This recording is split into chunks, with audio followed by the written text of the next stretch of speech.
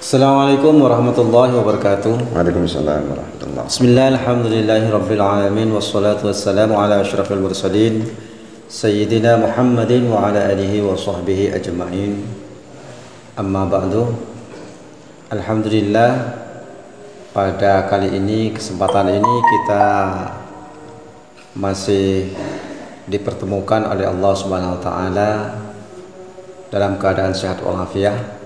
Tentunya dalam channel yang sama kita akan mencoba untuk berbincang-bincang kali ini dengan seorang narasumber yang mungkin untuk kalangan di Desa Bujur Kulon sudah tahu semua, bahkan untuk tingkat kecamatan insya Allah sudah kenal semua. Pada beliau yang sudah hadir di sini adalah Ustadz Khalis. Perlu diketahui profilnya bahwa Ustadz Khalis ini kelahiran Madura. Kemudian sementara ini ada di Desa Bujur Kulon dan aktif di beberapa bidang dakwah di Desa Bujur Kulon. Untuk itu kita langsung saja sapa kepada Ustadz Khalis. Assalamualaikum Ustadz. Waalaikumsalam warahmatullahi wabarakatuh. Baik, kita akan mencoba untuk berbincang-bincang ini sekitar NU dan apa saja yang berkenaan dengan NU. Kemudian di NU itu program-programnya, kemudian masalahnya apa, kemudian jalan keluarnya. Insya Allah Ustadz ini sudah lama berkecimpung di NU.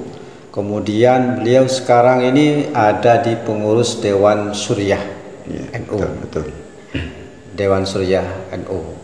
Tapi sebelumnya beliau itu termasuk Dewan Tanfid ya. Sebelumnya Tanfid di Desa Bujur Kulon. Sekarang naik menjadi Dewan Suriahnya ranting di Desa Bujur Kulon.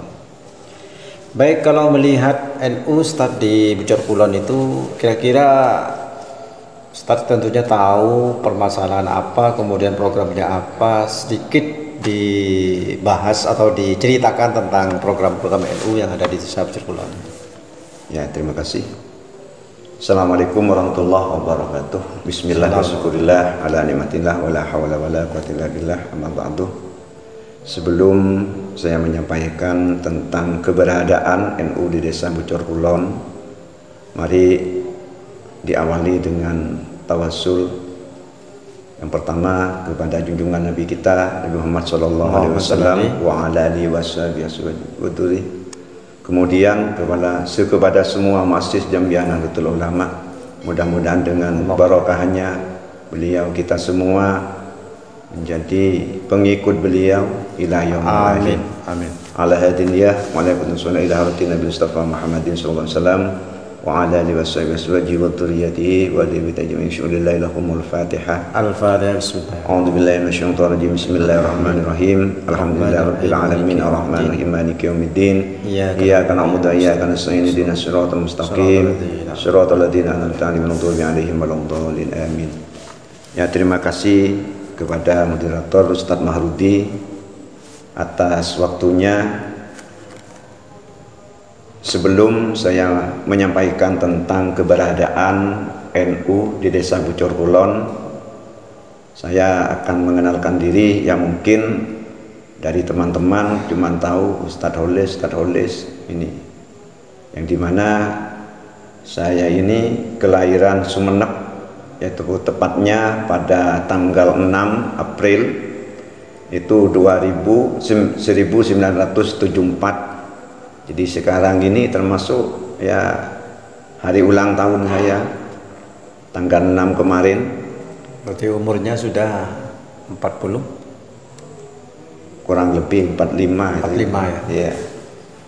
Saya di Bujur Kulon ini 2004, sehingga di Bujur Kulon sampai sekarang alhamdulillah sudah punya 4 anak, 2 meninggal, kemudian tinggal 2, 1 sudah ada di kota Anyar, satunya masih ada di Pondok, cucu 1 ini sekedar ketinggalan. Untuk profil saya, pendidikan saya MI, kemudian sanawiyah dan aliyahnya saya di Madura. Kemudian setelah kawin pada tahun 93 saya kemudian hijrah ke Pulau Jawa, tepatnya di Probolinggo, Desa Bucor Kulon ini, yaitu pada 94. Kemudian saya bergabung di sini dulu. Ini saya masuk di Remas, ini sebelum saya masuk ke NU dulu ya. Saya masuk di Remas, kemudian gabung juga dengan Ustadz Marudi. Ini di sini awalnya memang ada diniyah. Ada diniyah, tapi sempat diniyah itu macet beberapa tahun. Kemudian saya dengan teman-teman Ustadz Marudi, Ustadz Muldi, Ustadz Samadi dan Ustadz As'ad, Ustadz Abdul Karib itu almarhum, kemudian mengadakan yaitu mendirikan Diniyah Nurul Islam, itu ada di masjid. Alhamdulillah juga di situ saya mulai ada beberapa kegiatan, khususnya sarwah ini ada di Desa Bucor Kulon, ini bagian Remas. Dan pada waktu itu saya masih ingat, saya diangkat menjadi ketua Remas pada tahun 97. Saya jadi ketua Remas, anggotanya kalau tidak keliru ada 36.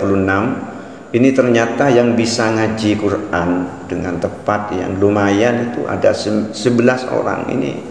Ini saya ingat masih itu.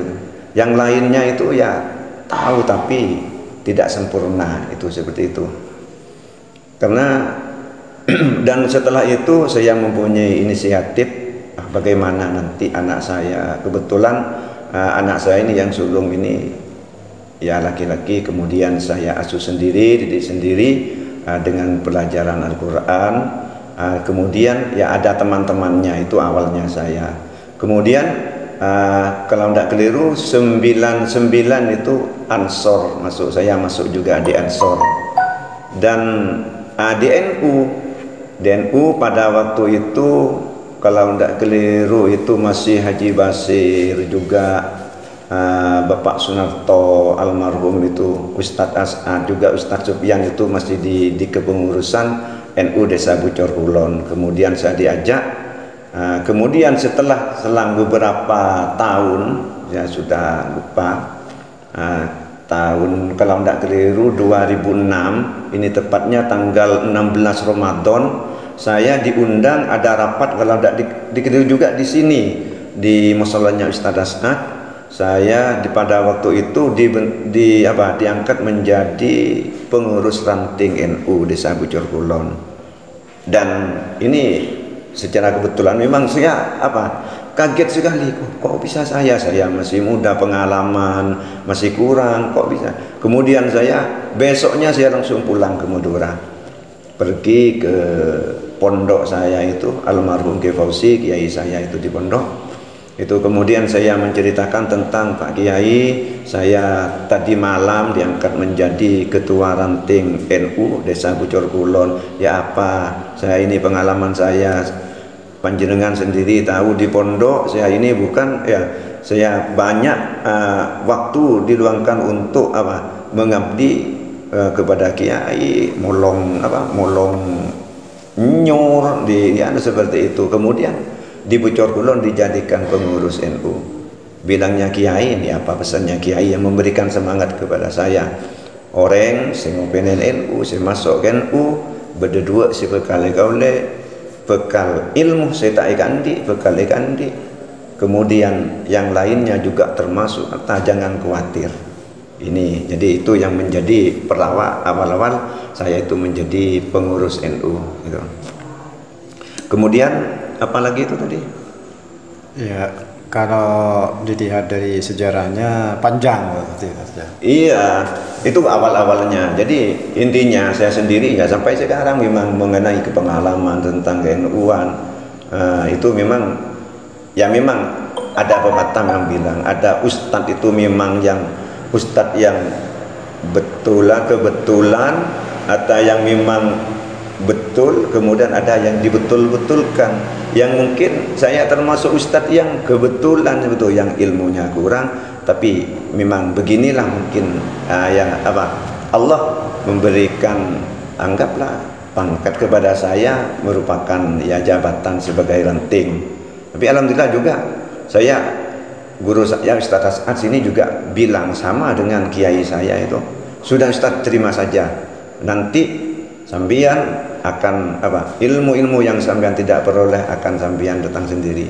Kenyataannya ini sekedar juga pengalaman saya dan buat motivasi kepada teman-teman, jangan untuk masuk NU itu jangan nunggu alimnya dulu, yang penting kita ini semangat. Nah, seperti itu, semangat niat berjuang menjadi santri Ki Hasyim Asy'ari. Pengalaman saya apa manfaat yang saya dapatkan? Itu pertama, saya bukan kepada keilmuannya dulu, tapi yang saya rasakan selama ini, yang memang saya pernah beberapa kali karena menjadi pengurus ranting NU, kemudian masyarakat memberikan kepercayaan kepada saya setiap ada pengajian, yaitu saya yang mengundang, sehingga saya kenal kepada beberapa tokoh, kepada ulama yang ada di Ginggung, kepada yang ada di Nurul Jadid, yang ada di Nurul Qadim, bahkan para habaib. Ini banyak apabila ada hajat-hajatan di Desa Bujur Kulon, saya yang ditugas, karena dianggapnya saya ini ya termasuk sudah pengurus NU seperti itu. Ini yang pertama. Juga mengenai pengalaman banyak teman, ini lagi yang saya rasakan seperti itu. Kemudian mengenai tentang keberadaan NU yang ada di Desa Bujur Kulon, ya terus terang ini mengenai potensi, sesungguhnya Desa Bujur Kulon ini orang yang alim-alim itu sungguhnya banyak.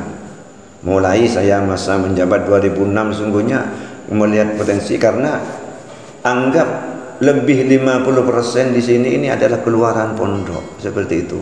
Tetapi saya selama menjadi pengurus NU mencari teman untuk diajak masuk di kepengurusan yang memang begitu ada pembentukan, memang mulai di kestrukturan itu ada semua, tapi yang untuk mau bekerja ini sulit seperti itu. Nah, kemudian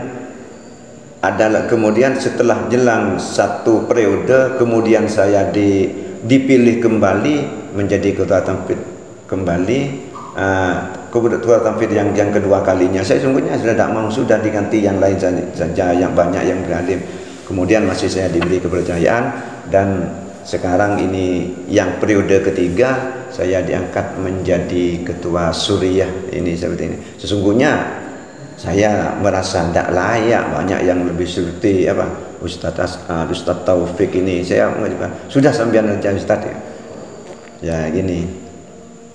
Ya mungkin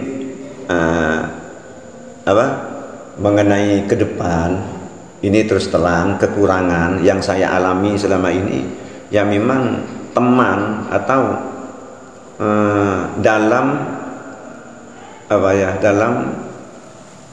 menjalankan program-program ini memang butuh teman, butuh orang-orang yang memang siap untuk bekerja, untuk mengabdi di NU. Dan terus terang selama saya kepemimpinan saya ini masih sangat banyak sekali kekurangan-kekurangan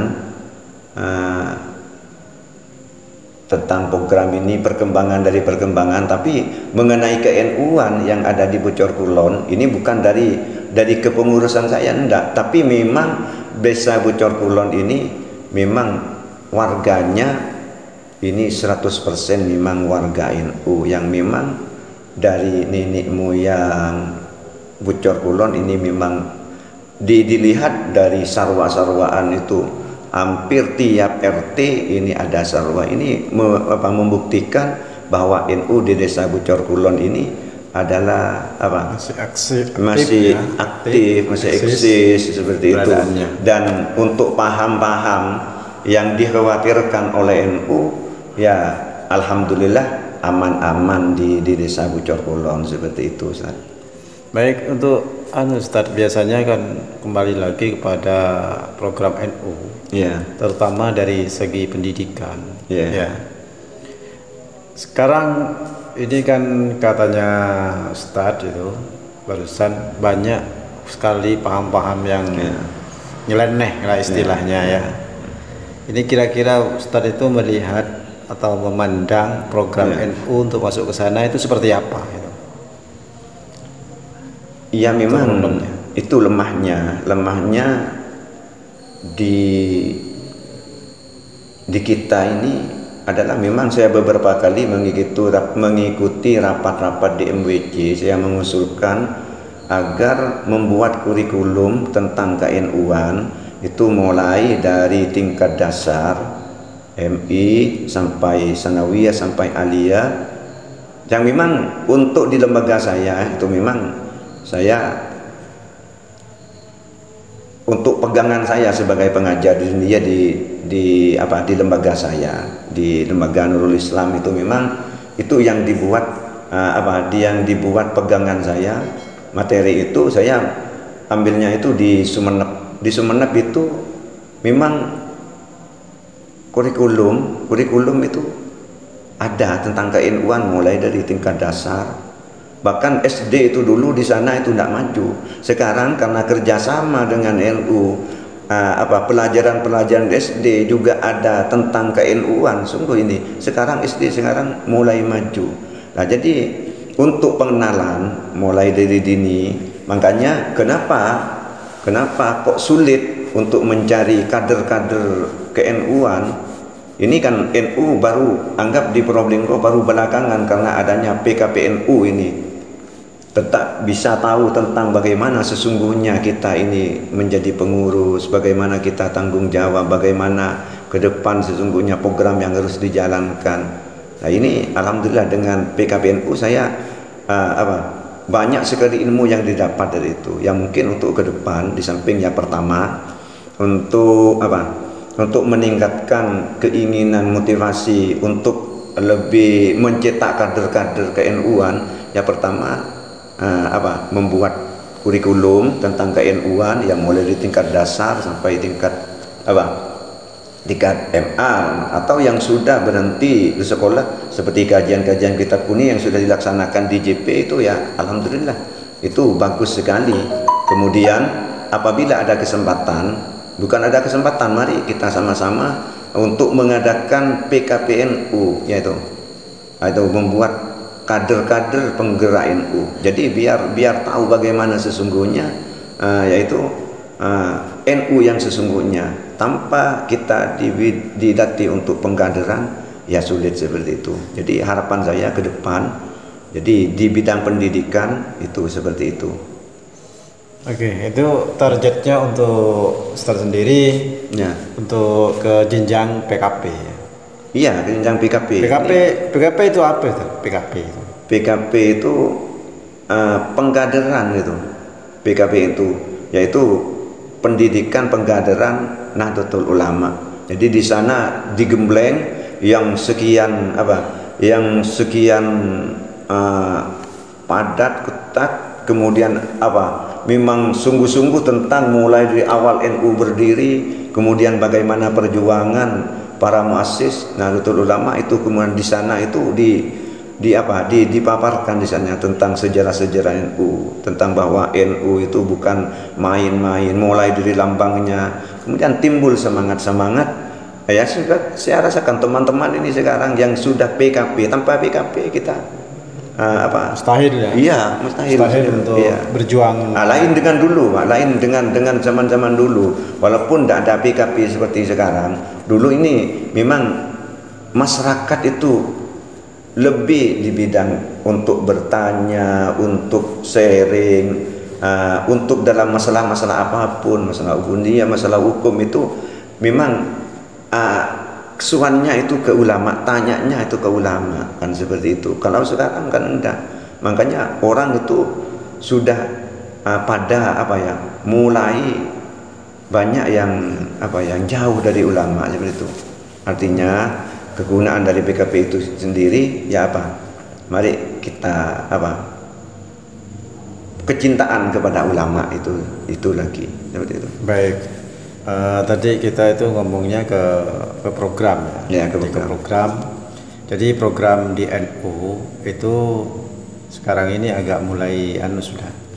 Artinya mulai ada geraknya. Ada gerak ya, mulai dari ada JPSIS ini, ya alhamdulillah kan ini keluar potensi-potensi yang selama ini Ya bukan tidur, enggak, tapi yang ini, yang mungkin ini adalah termasuk kesalahan-kesalahan saya sebagai pengurus. Ini saya merasakan, ya, makanya ke depan saya alhamdulillah dari teman-teman adik-adik humas ini sekarang kan mulai sudah berantusias, memang luar biasa ini. Jadi ke depan ini ini bukan dibuat kesempatan, enggak ya. Ini adalah momentum yang sangat baik. Saya yakin untuk ke depan Desa Bocor Kulon ini adalah menjadi kawasan NU nanti seperti itu.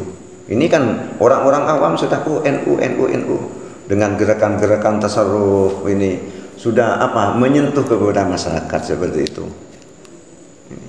Tapi ya di samping juga saya juga saya mendengar atau menyaksikan tentang apa yang disampaikan Bapak Kepala Desa yang kemarin di bincang-bincang santai di JP ini.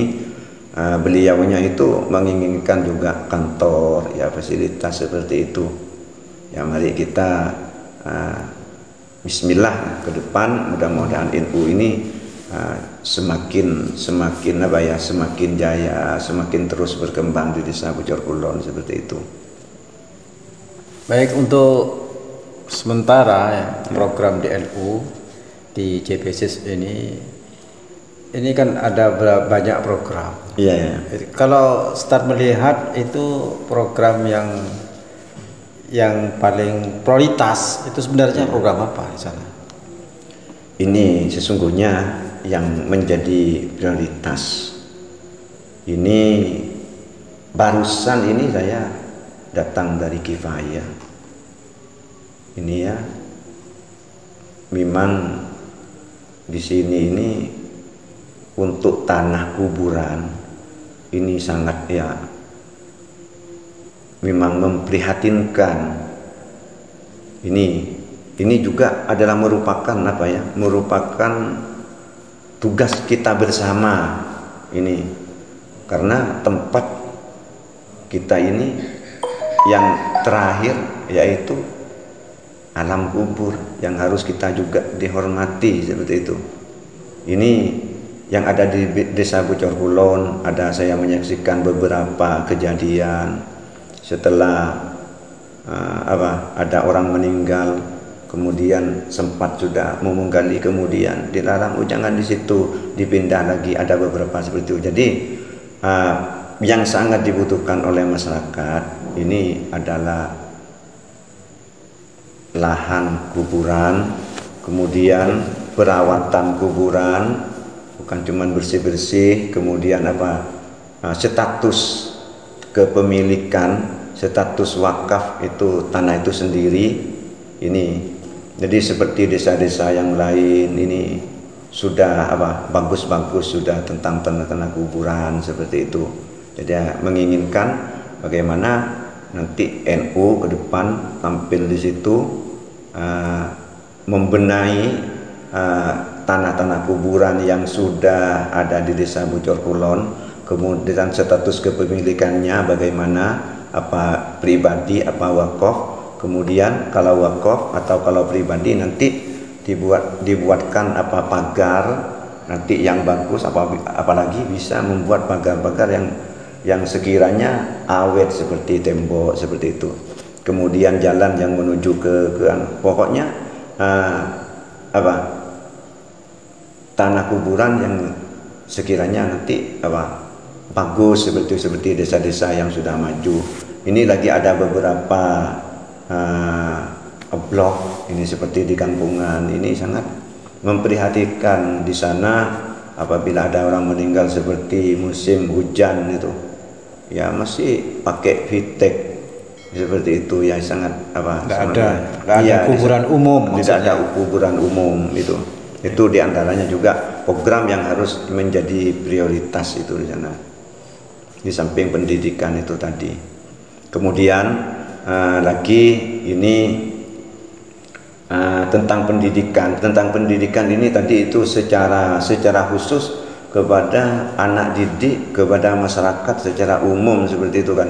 Ini tetapi yang lebih memprihatinkan lagi setelah saya sama teman-teman melihat tempat-tempat ibadah di Bocor Kulon ini banyak musola, ada beberapa masjid, 4 masjid. Kemudian yang kebetulan saya di 4 masjid ini ya ada sebagian yang mempunyai tugas di sana untuk sholat Jumat. Kemudian ada memang sengaja saya memang sholat di seperti di Nurul Islam, di Ratul Ma'amala, di Ar-Raza, kemudian di Pak Tenggi. Ternyata setelah saya lihat jumlah jamaah ini tidak sesuai dengan dengan jumlah penduduk yang ada di desa Bocor Kulon. Artinya apa? Ini memang tugas kita bersama, bagaimana kita bersama, mari agar mereka-mereka, sahabat-sahabat kita, keluarga kita, tetangga kita yang masih minim tentang keimanan, tentang keyakinannya, mari kita ajak untuk untuk bisa menekuni Islam ini dengan sungguh-sungguh, utamanya ya sholat, begini seperti itu. Oke, itu di JPSIS kan sudah ada tim dakwah itu Ustaz ya. Untuk cuma sementara ini kalau tim dakwah di JPSIS sendiri ini belum maksimal terjun ke masyarakat karena memang baru dibentuk. Nah itu Ustaz, kalau memang seperti itu kondisinya, kondisi masyarakat yang memang harus membutuhkan sekali pembinaan. JPSIS ini sebenarnya ya ada, tapi Ustaz itu melihat itu selain JPSIS apa mungkin bisa sambungkan dengan yang lain? Ya bisa, sungguhnya ini tugas kita bersama, sungguhnya ya, mulai dari desa, utamanya ya kepala desa sebagai sebagai orang nomor 1 yang mempunyai wibawa, yang mempunyai sungguhnya presiden desa istilahnya, yang mempunyai tanggung jawab dan mempunyai power di sana, kesempatan untuk ya di sana memberikan memberikan arahan-arahan agar supaya warganya, saudaranya, semuanya warga Bocor Kulon, agar apabila sampai ayatnya itu dalam keadaan Islam dan iman seperti ini, tugas bersama. Makanya di sini, saya ada beberapa ilmu yang saya petik dari beberapa desa yang ada di Madura, juga di daerah saya itu dulu. Ini di sana kan daerah pesisir, juga daerah nelayan sana ya. Apabila Jumat itu ya tetap kerja. Begitu kepemimpinan kepala desa itu yang baru, kemudian dia membuat peraturan-peraturan, tapi di sana di sana itu, dan juga dikumpulkan semua tokoh-tokoh masyarakat yang ada di sana, kiai-kiainya dikumpulkan semua, membuat kebijakan, membuat undang-undang bahwa apabila ada, dan memang kalau di sana itu tidak seperti di sini. Kalau ada di sini, di sana itu anggap kiai itu tidak yang memang sungguh-sungguh menjadi tokoh itu ditokohkan memang di sana itu. Ya, pernah ada kejadian kiai, ada orang yang meninggal sholat pejang Jumat ya, maka kiai itu segera untuk ditanyakan dulu. Makanya ini adalah sebuah pembelajaran. Alhamdulillah sekarang dari pembelajaran dari undang-undang itu, kemudian sekarang hampir untuk mencari orang yang tidak sholat Jumat itu jarang. Bahkan hampir sama sekali di desa saya, di rumah saya ini, itu yang diantaranya itu trik untuk untuk mengajak itu. Kalau di sini kan enggak kan. Jadi yang thorikus sholat, yang sholat enggak sama seakan-akan seperti itu. Itu, dan yang kemudian saya juga dulu saya masih nyantri juga langsung turun ke mbah-mbah, ke kakek-kakek yang memang awam kan tentang keilmuannya itu, seperti itu, ditanyakan ben pejeng ben ki ben pejeng ben nyi anu kok tak tahu pejeng, dan kemudian dia dibimbing seperti itu.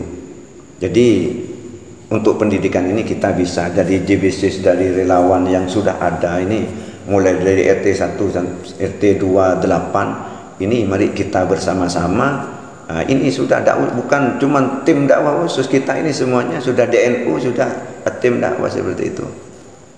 Ini berarti secara otomatis ya menjadi iya. Ini karena kan kita masuk di NU, kita masuk di NU ini, kita masuk di pengurusan, kita masuk di bisnis. Makanya dengan yang sedikit jumlah dan beberapa ribu mata yang melihat tingkah laku kita, makanya bukan terus terang saya pribadi ini, walaupun saya ini sudah menjadi pengurus NU, ranting NU, bukan muluk-muluk, tak mau lihat, tak mau menonton yang sifatnya anggaplah kurang baik, enggak. Itu sadar bahwa saya ini dilihat orang, saya ini mau ditiru orang seperti itu. Artinya kita menjaga nama baik kita seperti itu. Kita sebagai pengurus NU otomatis kita harus berhati-hati dalam bersikap seperti itu. Oke, berarti kalau kita itu berada dalam kepengurusan NU, otomatis istilahnya itu menjadi contoh, menjadi public figure ya, menjadi figur seperti public itu. figure di masyarakat, Ya. semuanya akan menilai. Dan lagi ini sekedar masukan ini, ya alhamdulillah.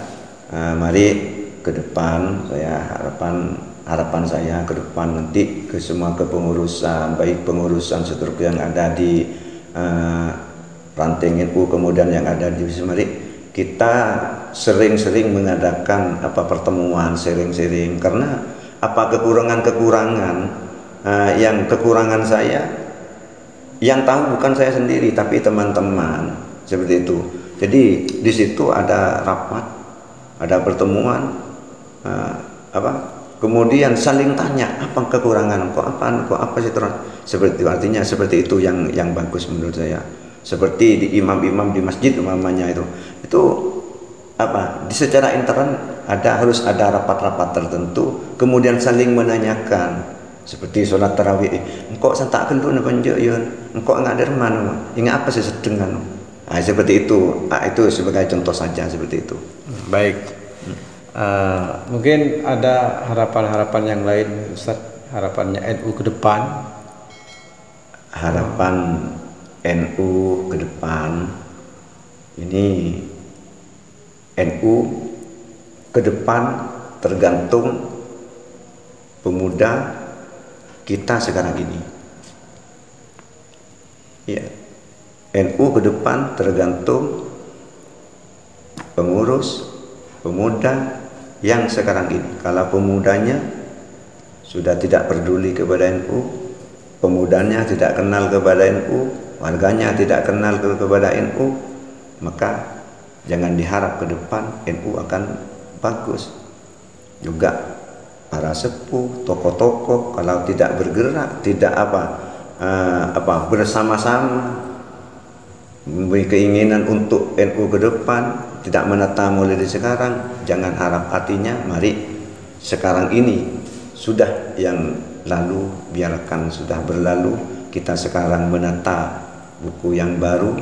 Mulai sekarang NU ini yang sudah mulai bagus, yang sudah mulai terkenal di masyarakat, pemanfaatannya sudah cukup dikenal. Ini mari pertahankan yang sudah bagus ini, kemudian kita tambah dengan gebrakan-gebrakan yang lebih memasyarakat lagi. Artinya tiap hari, tiap detik, tiap menit, tiap jam, apa yang dapat kita berikan kepada masyarakat seperti itu, apa yang dibutuhkan oleh masyarakat seperti itu. Baik, terima kasih Ustadz untuk bincang-bincangnya. Ya. Itu tadi sebagian gambaran dari pemikiran Dewan Suriah, Ustadz Kholis, dan harapannya mudah-mudahan semuanya itu akan terkabul dan mudah-mudahan semuanya akan berjalan dengan lancar, kompak, dan selalu bersinergi antara satu dengan yang lainnya. Terima kasih Ustadz sudah datang ke channel khusus di JPSIS ini. Mudah-mudahan semua pemirsa yang menonton nantinya memberikan manfaat kepada yang lain. Dan apabila ada komentar-komentar, silahkan komentar di kolom yang sudah disediakan. Kemudian kalau ada pertanyaan-pertanyaan, silahkan japri langsung ya. Kalau misalnya ke Ustadz bisa japri langsung ke nomor HP-nya. Berapa Ustadz nomor HP-nya? 085 257 620 959. 085 257 620 959. Ini mumpung sebentar ya, ada tambahan ini mengenai JPSIS ini. Jadi apa ya? Saya lihat JPSIS ini ada tambahan dari saya sebentar. Ini saya lihat ini masih banyak yang tidak tersentuh oleh JP untuk penarikan komplong, artinya yang bukan penekanan tapi memberikan penyadaran. Ini kan masih yang tersentuh. Saya menurut penelitian saya ini temuan saya dari ekonomi menengah ke bawah ini yang banyak antusias. Untuk yang menengah ke atas ini masih banyak yang belum. Artinya dalam nominalnya komplong ini ya masih sama antara yang bawah, menengah dan yang atas seperti itu. Makanya saya lihat dari hasil tekap itu masih ya berkisaran di situ. Makanya sesungguhnya di Bocor Kulon ini kalau nominalnya dari yang kelas menengah ke bawah, menengah ke atas ini ada perbedaan semuanya ya. Insya Allah ke depan ini Insya Allah banyak lebih lagi ini seperti itu. Lebih dari yang sebelumnya. Peningkatannya insya Allah akan lebih signifikan dari sebelumnya. Terima kasih pada semuanya. Kita bincang-bincang ini, kemudian mudah-mudahan semua yang kita bincangkan mudah-mudahan ini berguna kepada masyarakat khususnya di Desa Bocor Kulon. Amin. Kita akhiri saja Ustadz pertemuan ini. Terima kasih. Usikum wa nafsi bitaqullah. Assalamualaikum warahmatullahi wabarakatuh. Waalaikumsalam warahmatullahi wabarakatuh.